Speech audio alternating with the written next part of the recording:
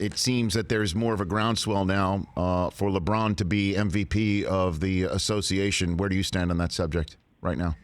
No, I mean, I think he's a pretty clear runner-up, but I don't think anyone's touching Giannis this year, and nor should they. I mean, it's a tremendous story, that LeBron is crafting right now with his, and I don't want to call it a bounce-back year, but it was the first injury-plagued season of his career last year, and certainly that was a factor for him. And, a lot of people wondered if he could ever get back to that top level ever again, especially defensively, but you just kind of have to take a step back and look at what Giannis and the Bucks are doing. I mean, he's putting up the type of numbers that we haven't seen really since Shaq's MVP season. I mean, it's like almost 30 points, the 12, 13 rebounds. I mean, it's just astronomical production. The Bucks, could wind up with 70 wins. You simply can't take that away from him. I don't think he should just be the MVP, Rich. He should be the unanimous MVP. He's been that good. Not even a single other vote, huh? Wow. No, because you're voting on first place, right? And look, LeBron should have every single second place vote. He should be second place on probably every single ballot. But if you're voting against Giannis this year, it's because maybe you have Giannis fatigue and you want to vote for the story. It's not because you're voting for the most valuable player in 1920. Well, I got to tell you, I'll ask you because it's rare for me to look up at the standings on March 4th and see an X next to a team's name. I mean, the fact that the Bucks have already clinched a playoff spot right now, I don't recall the last time we saw something like that, Chris.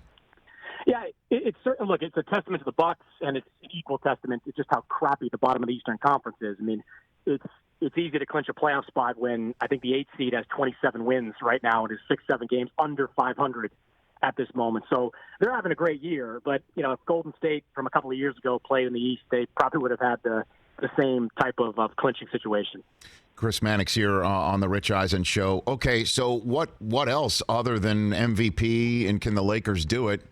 Tell me the other intriguing story in the NBA as we've hit early March, and we're a few weeks away, short weeks away from the eighth and final playoff spot conversation leading into the playoffs. Walk me through what this is, Chris.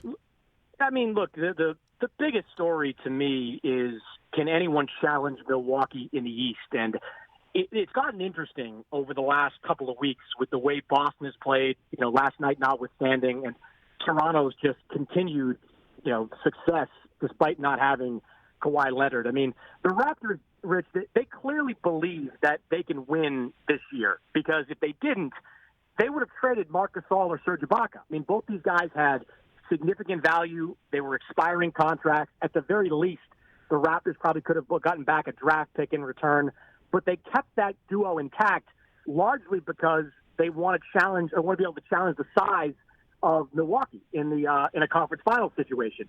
Boston, I've been a skeptic of Boston's front line, but we're into March right now, and they still have a top 5 defense. And Daniel Tice is still defending at a high level. And Enes Kanter hasn't been exposed yet. At some point, I'm going to have to admit that I was wrong, and this Celtics team has enough beef in that front court to challenge, because they certainly have more than enough scoring. I mean, Tatum has become a bona fide star. Kemba Walker, when he's healthy, is Kemba Walker. Jaylen Brown is one of those borderline all-star players. I mean, they're going to be able to score with everybody. And their front court is showing that they're going to be able to compete with the bigger front line.